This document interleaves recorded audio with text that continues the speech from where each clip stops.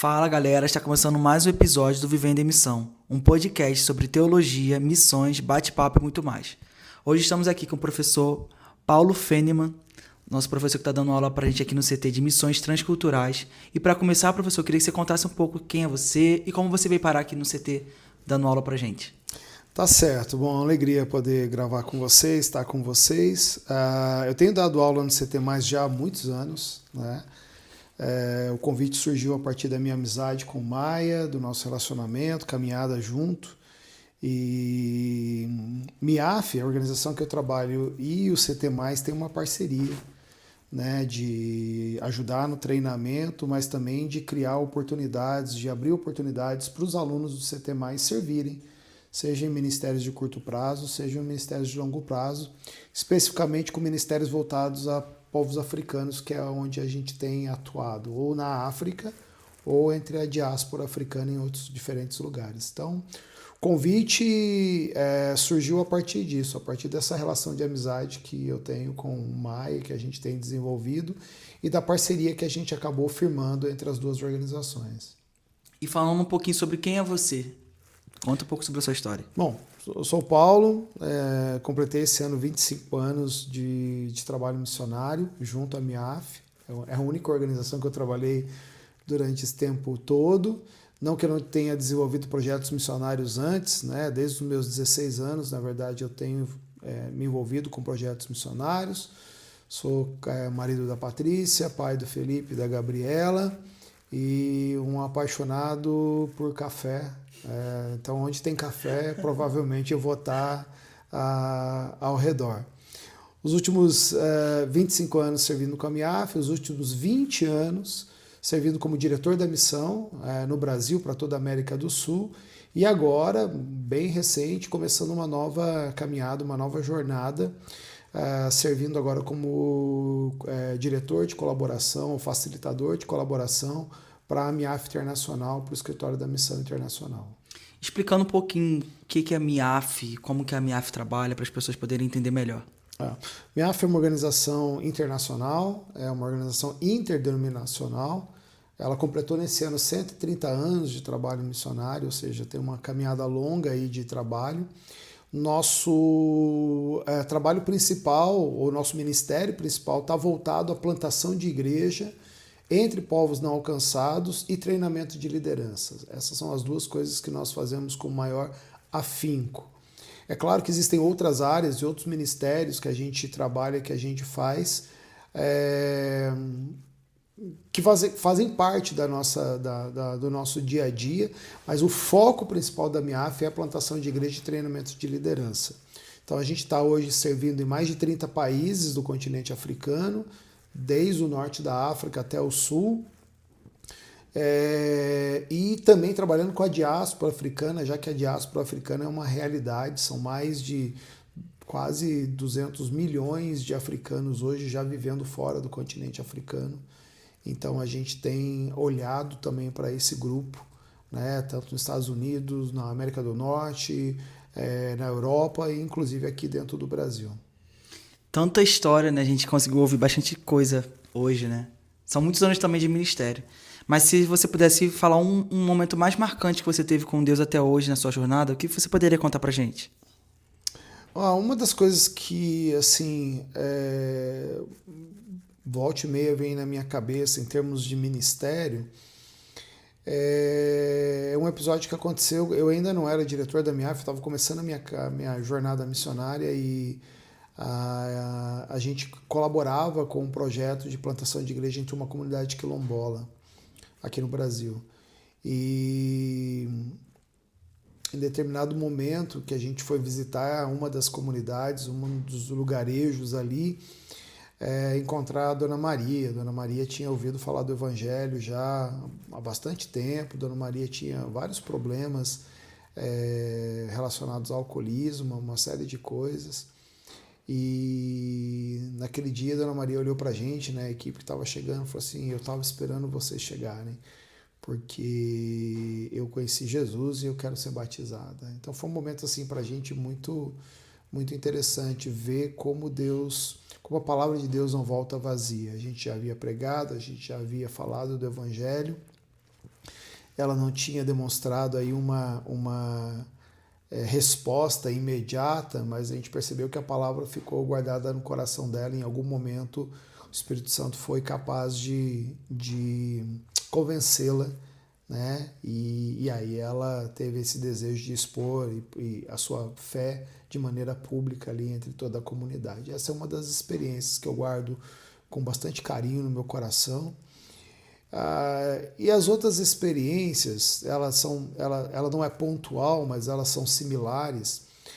É ver e ter tido a oportunidade de acompanhar ao longo desses 20 anos diversos missionários que eram vocacionados, que chegaram, né, em algum momento a se comunicar com a gente ou se relacionar com a gente e compartilhar do seu chamado missionário.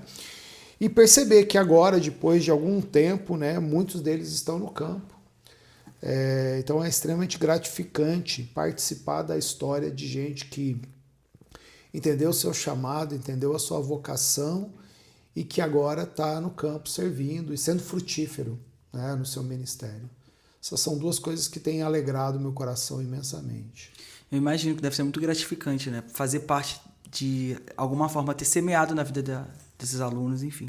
Falando um pouquinho sobre a matéria, o que essa matéria sobre missões transculturais ela ensina na prática e por que ela é essencial para a gente como missionário? Bom, a gente faz um apanhado, né, sobre a realidade do mundo hoje, uma realidade onde praticamente 1/3 da população mundial tem pouco ou nenhum acesso ao Evangelho, então a gente vai abordar isso, ver alguns desses gráficos, ver algumas dessas realidades do mundo, falar um pouco sobre os 5 blocos religiosos, né, presentes hoje e qual é o avanço missionário em cada um deles. Então a gente fala bastante no primeiro momento sobre a necessidade do campo, sobre os desafios do campo, sobre os desafios que envolvem o trabalho missionário nessas regiões ou entre as etnias. E a gente vai trabalhar bastante sobre qual deve ser a resposta da igreja e qual a nossa resposta enquanto aqueles que são chamados por Deus para esse objetivo. E aí a gente vai passar por o objetivo principal do trabalho missionário, que é ver uma comunidade de discípulos que se reúne em nome de Jesus para estudar a palavra e adorar a Deus, e quais são os empecilhos e oportunidades que a gente tem como igreja no avanço da missão transcultural e quais elementos fazem parte disso. Afinal, a gente está falando de uma missão que é para um outro povo, uma outra etnia, para um contexto cultural diferente do contexto que a gente está acostumado. E isso envolve uma série de desafios, uma série de necessidades e requerimentos, seja do missionário que vai, seja da igreja que envia. Então a gente faz um apanhado sobre isso. E existe algum equívoco quando a gente trata sobre o assunto de missões transculturais, esse ao longo dessa sua caminhada? Você percebeu algum equívoco em relação a esse assunto? Eu acho que tem alguns, né? Algumas coisas que a gente precisa manter nossa atenção e nosso cuidado. O primeiro deles é que a missão é uma ordem e um mandamento para a igreja, né? Então, a igreja é o elemento fundamental nesse processo da ação missionária transcultural. Então, é no contexto da igreja que as pessoas são chamadas, é a igreja que ratifica o chamado, então a igreja precisa ter uma participação efetiva, não é a organização. A organização não envia, a organização é o meio pelo qual os missionários são enviados. Quem envia mesmo é a igreja. Então esse é um dos equívocos que algumas vezes a gente comete. A segunda é em relação ao preparo, né? Preparo é permanente, preparo não é uma coisa pontual. A jornada missionária, especialmente a jornada missionária transcultural, é uma caminhada de preparação contínua.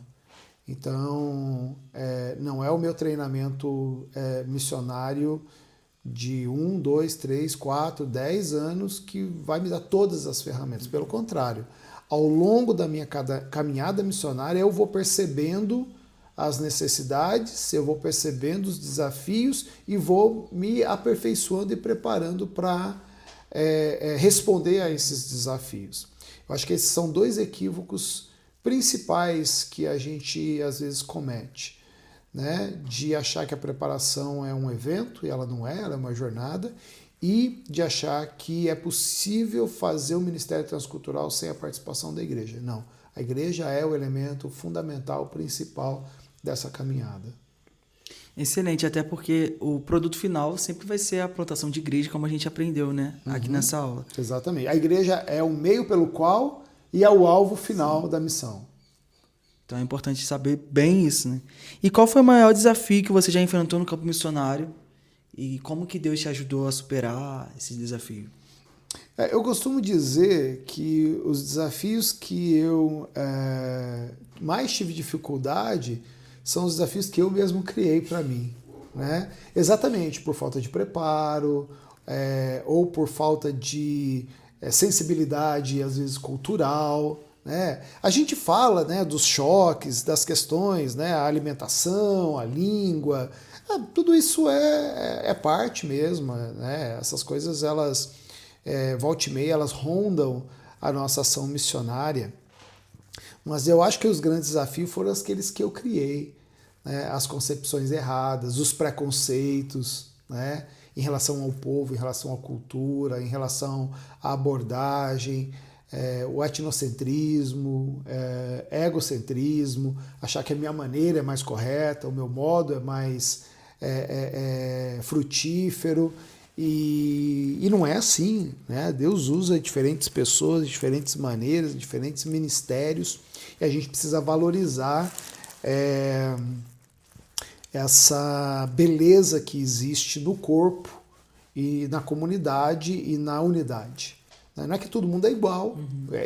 Aliás, esse é o grande, a coisa mais bonita da unidade. Não é que a gente é igual, a gente é diferente, mas trabalha pelo mesmo propósito. Então, não necessariamente o meu jeito de fazer é o melhor jeito, né? Eu acho que os maiores desafios que eu enfrentei foram esses. Então, desafios causados por mim mesmo. E se você pudesse dar um conselho prático para um jovem que deseja servir a Deus com mais intencionalidade no campo missionário, qual seria esse conselho? Eu diria algumas coisas. A primeira, tenha muito claro a ideia do seu chamado, ou o chamado que Deus tem para a sua vida. Gaste tempo orando, buscando a revelação de Deus para entender o que realmente Deus quer de você no campo missionário. Em segundo lugar, não queime etapa. Meu chamado missionário veio com 16 anos. Eu efetivamente me tornei missionário ligado a uma organização, enviado por uma igreja, aos 26. Foram 10 anos. Não queime etapa. As etapas são importantes, as etapas são necessárias para o nosso amadurecimento, para o nosso crescimento, para a nossa visão clara de ministério, né? Em terceiro lugar, se prepare. Se prepare bem. Cada campo tem, de novo, um requisito, cada campo tem uma questão específica. Então, a preparação missiológica ela pode ser mais genérica, mas o campo que você vai talvez requeira de você um treinamento específico. Então, invista no preparo.